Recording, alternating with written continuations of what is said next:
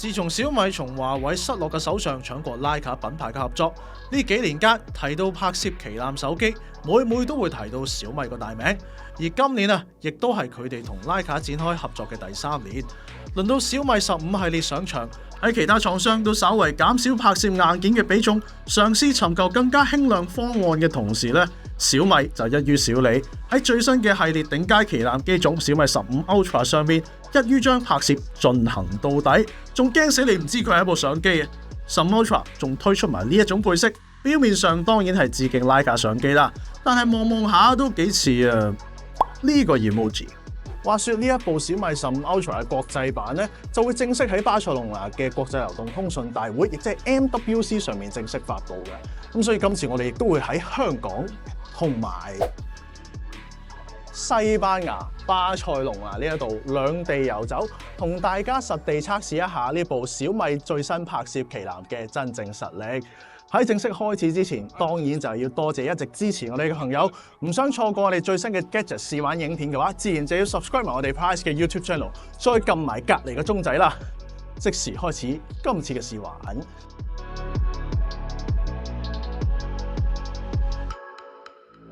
延續上一年嘅策略，小米喺推出小米15系列嘅國際版嗰陣，就冇帶嚟喺中國內地發布嗰陣稍為高階嘅小米15 Pro， 而係選擇推出小米15同埋小米15 Ultra， 兩者嘅定位就分明好多嘅。如果係想揾一部擁有旗艦規格而又唔係太過笨重嘅手機嘅話，揀翻小米15係會比較恰當一啲嘅。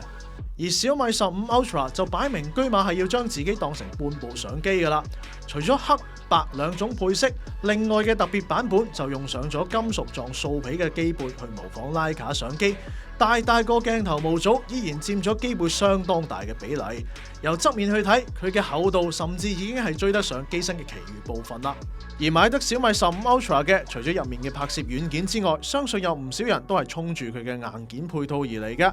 今代小米15 Ultra 同上兩代一樣，都可以配合專業攝影套裝使用。主要嘅升級就係專業攝影手柄入面嘅電池升級到去2000 mAh， 加入可以插換嘅拇指支架同埋快門按鈕。但係值得一提嘅就係佢嘅配色非常之大膽啊！專用保護殼同埋拍攝手柄，除咗素皮物料之外，仲加入咗紅色邊框。鏡頭框架、快門掣都有呢一隻紅色選擇。話就話係出自徠卡 logo 啦，但係作為一部 sell 型格嘅相機，唔知咁樣又會唔會高調咗少少呢？除咗外形之外，就同頭先所講嘅一樣，小米15 Ultra 係擺明車馬要成為一部相機嘅。尤其喺模仿徠卡相機方面，小米就一直花咗唔少功夫。最基本嘅當然就係提供咗鮮明同埋經典兩種徠卡調色方案啦。個人嚟講，用翻佢呢一個經典配色，色水就會稍微沉實一啲。而喺拍攝體驗上面，今代小米15 Ultra 就繼續強調 Snapshot 體驗，喺既有嘅街拍模式之上，又加多咗個快拍模式，模擬翻用 Viewfinder 取景嘅感覺。界面亦都更加簡約㗎，俾大家聚焦喺影相嘅參數上面。尤其係佢可以更快咁打開手動對焦嘅設定，要營造心目中想要嘅畫面，就會快捷翻少少嘅。咁但係要衝擊2025年 No.1 拍攝旗艦嘅位置，單係得軟件咧當然唔得啦。所以拍攝硬件上面，小米15 Ultra 亦都係目前智能手機界前所未見嘅。喺鏡頭組合上面，佢同上一代一樣係採用大三元徠卡 Summilux 鏡頭組合，廣角鏡、主鏡同埋兩支長焦鏡嘅陣容，由 14mm 至 200mm 全焦段都覆蓋到。但係小米就更加強調今代用嘅係雙大底主鏡同長焦鏡，入面都係用咗大尺寸嘅 CMOS 嘅。長焦鏡方面用嘅係2億像素嘅 Samsung HP9， 換言之就同 Vivo X28 Pro 一樣，但係佢嘅變焦倍數就高一啲，等效 100mm， 亦即係主鏡頭嘅4.3倍。至於主鏡頭方面，小米15 Ultra 就冇好似 Vivo 咁妥協用翻細 CMOS， 而係轉用目前手機界暫時都好少見嘅1寸大 CMOS Sony LYT900。同樣用呢粒 sensor 嘅就有 OPPO Find X8， 佢嘅實際尺寸係 0.98 寸，換言之仲要比官方宣傳嘅1寸再大少少添，拍攝嘅表現自然令人相當期待啦。擁有大尺寸 sensor， 小米15 Ultra 嘅主鏡頭表現自然都唔會失禮。喺日光日白嘅環境之下，成像非常銳利，亦都體現到大尺寸 CMOS 嘅散景優勢啦。呢一支鏡就 cover 到23、28、35mm 3個常用嘅焦段，用嚟街拍 snapshot 都相當夠用噶啦。當然，大尺寸 CMOS 喺低光環境之下就非常殺食噶啦。今代小米仲強調呢一支主鏡加入咗新嘅4軸防震系統，入黑之後，甚至喺非常昏暗嘅環境底下，佢都可以提供到相當唔錯嘅成像。長焦鏡方面，4.3倍鏡頭入面呢一粒 CMOS 嘅實力，其實喺早前嘅 Vivo X200 Pro 上面都領教過噶啦。喺小米15 Ultra 上面測試，配合埋小米自己嘅 AI， 基本上去到30倍左右嘅變焦倍數，依然屬於可用嘅範圍。而去到60倍甚至120倍，拍攝景物嘅邊緣依然係相當銳利嘅。但係睇真啲就會發現非常明顯嘅 AI 繪圖痕跡啦。另外喺低光拍攝方面，大尺寸 CMOS 嘅優勢就繼續存在。不過如果環境真係好昏暗，佢就需要更多嘅曝光時間。其實亦真係要拍攝更多樣本去進行搭相嘅運算。如果夾硬熄咗個夜拍模式，佢就會加大個 ISO 數值去進行曝光。雖然雜訊已經叫壓制得唔錯啊，但係對比夜拍模式嘅相，就難免會見到啲唔同色嘅雜訊喺啲空白位置鬱鬱癢癢咁啦。順帶一提啦，除咗4.3倍嘅長焦鏡之外，另外一支3倍嘅長焦鏡頭，其實就係過去幾代都備受好評嘅浮動長焦鏡。除咗作為主鏡頭以及4.3倍鏡之間嘅過渡，亦都可以用嚟拍攝長焦微距相片，效果係會比平價機入面用廣角鏡拍攝嘅微距相好好多㗎。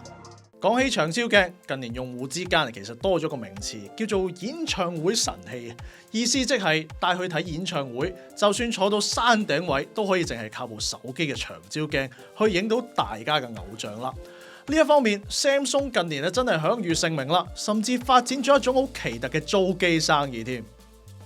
不過睇翻長焦鏡規格，就算係最新嘅 Samsung Galaxy S25 Ultra 用嘅長焦鏡硬件，參數上都比唔上 Vivo X200 Pro 同埋今次測試嘅小米15 Ultra 嘅。咁既然小米15 Ultra 強調自己咁 zoom 得，做評測就冇理由唔攞佢哋出嚟比下嘅。睇翻少少參數先啦，三部機當中以 Galaxy S25 Ultra 嘅長焦鏡頭擁有最高嘅5倍光學變焦倍數。但係佢嘅 sensor 就只有5000萬像素啫，而小米15 Ultra 同 Vivo X200 Pro 就用同一粒2億像素 CMOS， 不過鏡頭嘅倍數就分別係 4.3 同埋 3.7 倍。換言之，當去到比5倍大嘅倍數嗰陣，大家都係用緊混合變焦，亦即係要靠 AI 算法去捕捉一啲影像細節㗎啦。喺日光日白嘅測試環境，三部機喺10倍變焦嘅情況下，其實就分唔出咩高下嘅，而去到30倍，就都顯露咗些少嘅 AI 運算痕跡。不過 Samsung 同小米嘅痕跡就好似較為嚴重一啲啦。去到60倍，情況同30倍差唔多，但係 Samsung 運算出嚟嘅文字相對地會有更大嘅走樣。當去到 Samsung 同 Vivo 極限嘅100倍 ，Samsung 嘅 AI 甚至出現咗少少嘅誤算，而小米同 Vivo 喺呢一個位暫且就算打成平手啦。而去到室內比較低光嘅環境之下，基本上去到30倍已經見到三部機嘅成像有好大嘅分別啦。Galaxy S25 Ultra 嘅相有好明顯嘅雜訊同埋運算痕跡，而小米同 Vivo 喺細節上就做得較好。但如果講埋色澤嘅重現，小米15 Ultra 就會優勝一啲啦。去到100倍 S25 Ultra 嘅劣勢就持續，小米15 Ultra 嘅相同 Vivo 一樣都有運算痕跡。但係如果講細節，尤其可以留意下當中嘅暗紋光影 ，Vivo X200 Pro 嘅表現就會好少少嘅。由實機表現可以睇得到，嚟到2025年，唔同嘅旗艦機種喺拍攝功能上面或多或少都加入咗 AI 運算。而小米15 Ultra 作為2025年其中一部頂級旗艦，內置 Qualcomm S8 Elite 處理晶片，佢嘅效能同埋 AI 功能當然亦都係大家關注嘅另一個地方啦。小米15 Ultra 喺 Geekbench 嘅跑分當中，單核分數係2970分，多核分數就係9217分，同其他採用同一粒晶片嘅2025旗艦表現都唔算差太遠嘅，相信用嚟打機都唔會有太大問題噶啦。不過呢一部機系統上嘅另一個賣點，就係小米為佢加入嘅一系列 AI 功能啊。喺圖片處理方面，用 AI 抹走畫面入面唔要嘅人同事物就基本嘢嚟啦。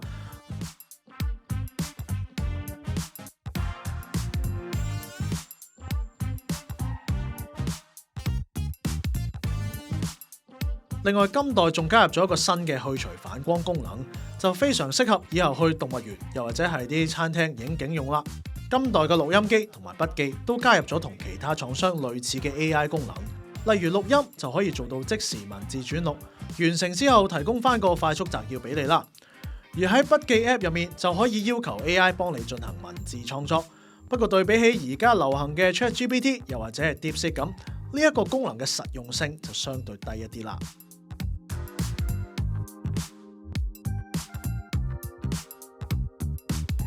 總結一下今次小米15 Ultra 嘅使用體驗啦，好明顯今次小米喺呢一部機嘅重心依然就擺咗喺佢嘅拍攝功能上面，而且正如我哋頭先所講，佢哋係有意進行堆料去衝擊拍攝旗艦頂點嘅位置嘅。而喺實際嘅表現上面，佢幾支鏡頭提供到相當唔錯嘅成像，無論係主鏡、長焦鏡，抑或係微距拍攝嘅出品，都擁有住2025年頂級旗艦機種嘅級數。